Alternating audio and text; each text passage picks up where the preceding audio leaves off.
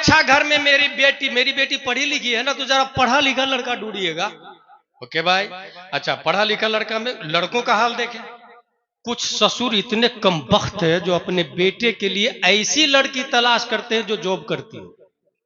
भाई साहब, जिस वक्त निकाह पढ़ते हम ये कहते हैं 50,786 दैन महर सिक्के राई जुल वक्त अलावा नानो नफका के फोला की बेटी आपने कबूल किया? हाँ कबूल है। क्या कहा आपने? सिक्के राई जुल वक्त अलावा नानो नफका के, मतलब रोटी मैं खिलाऊंगा, सब्जी मैं खिलाऊंगा, कपड़ा मैं पहनाऊंगा, पानी मैं पिलाऊंगा, मकान मैं बना के दूंगा। नानो नफका का यही मतलब होता है। जब नानो नफका अपने जिम्मे ले रहे हैं तो जॉब वाली बीवी का क्या माना हुआ? कमाऊ बीवी का क्या माना हुआ? ये मर्द की गैरत नहीं, ये मर्द की लालच है। बिल्कुल सही। ये हया है, ये इजाजत नहीं देती इस बात की। मर्द की गैरत तो ये है कि उसकी बीवी घर की जीनत बने।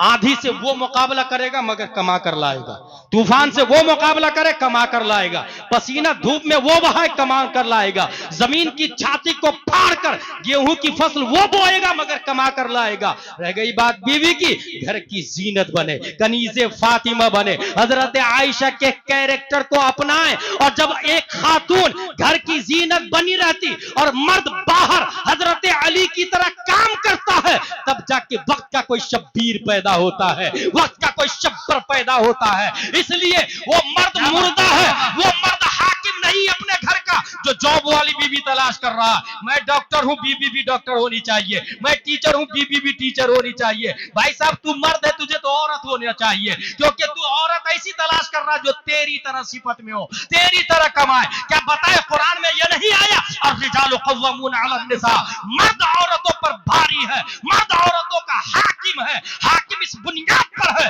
कि कमाता वो है, लाता वो है, धूप का मुकाबला वो करता, बातें वो करता, सुनता वो है, बीवी घर की जीनत बनी रहती है। और तुम कह रहे हो बीवी कमाएगी, यकीनन अगर बीवी कमाती है तो अर्रिजालु कव्वामून अला निसा नहीं होता, अन्निसा व कव्वाम अला रिजाल होता है। फिर निजाम दरहम बरहम होता है। जब बीवी के पास पैसा होगा तब वो बोलेगी, who are you interfere in my personal life, that is my thought, that is my money, that is my earning point. ये मेरी सोच है, ये मेरी बॉडी है, ये मेरा प्लान है। तू बोलता है आलिम बनाने के लिए, नहीं, मैं डॉक्टर बनाऊंगी, मैं अपने बेटे की फीस पे करूंगी। अब घर का निजाम दरहम बरहम होता है। तब वहां कोई वक्त का अबू बकर नहीं, वक्त का अबू जहल पैदा होता है। वक्त का ताजुशरिया नहीं, वक्त का ताहिर गयाबी पैदा होता है। माँ बाप में लड़ाई होगी, बच्चा कभी फरमाबरदार नहीं पैदा होता है।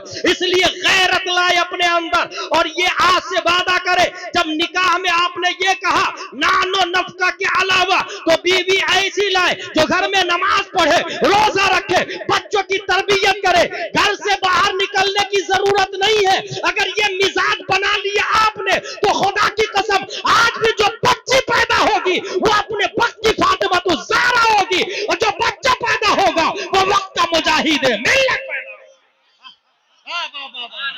नारे तकबीर, नारे रिसालत। मेरे भाई, मेरी तकरीर खत्म हो रही, मेरा टाइम पूरा हो गया। मैं बुनियादी बात ये बता रहा था,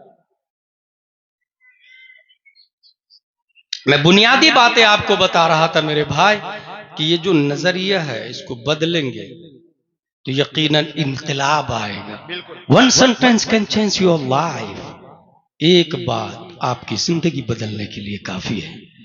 मोहम्मद बिन कासिम 711 ईस्वी में आए और सिर्फ 3 साल के अंदर में राजा दाहिर की बीवी गिरफ्तार हो गई थी। वो बन सवर के आ रही थी ताकि मोहम्मद बिन कासिम को अपनी तरफ माइल कर ले। मोहम्मद बिन कासिम 17 साल नौजवान है, याद रखिएगा।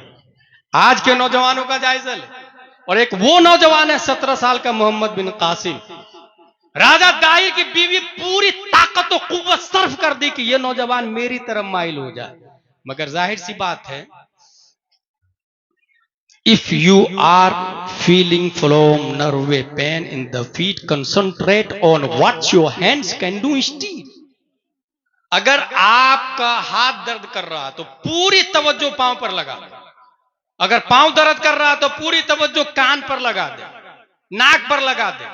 तवज्जो मबजूल होगी, दर्द को भूल जाए।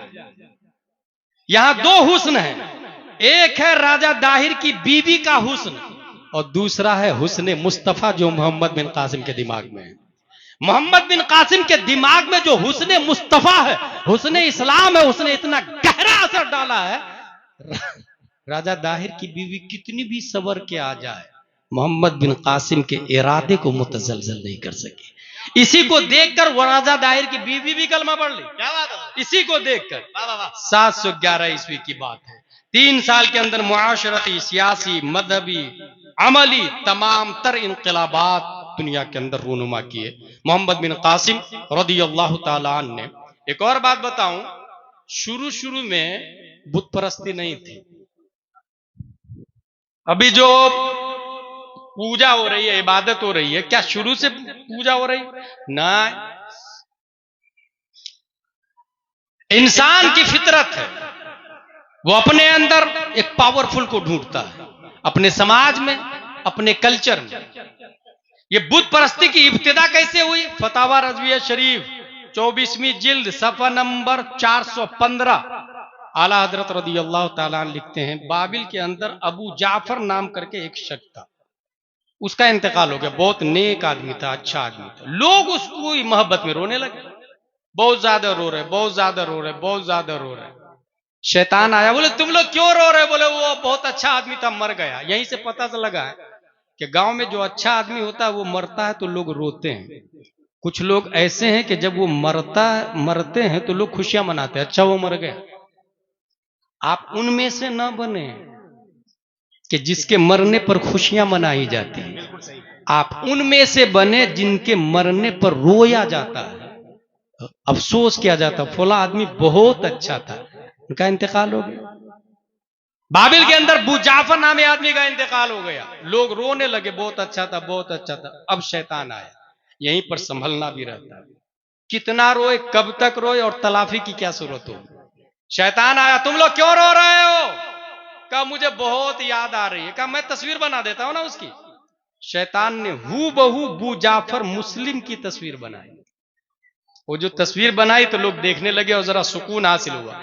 जितने लोग देखे उनको तो सुकून हासिल हुआ, लेकिन उनकी जो नस्लें आई बाद में, उन्होंने पूजा शुरू कर दी। यहां से बुत परस्ती की इब्तिदा होती। इस तरीके से एक इंसान गैर खुदा को पूजने लग जाता है।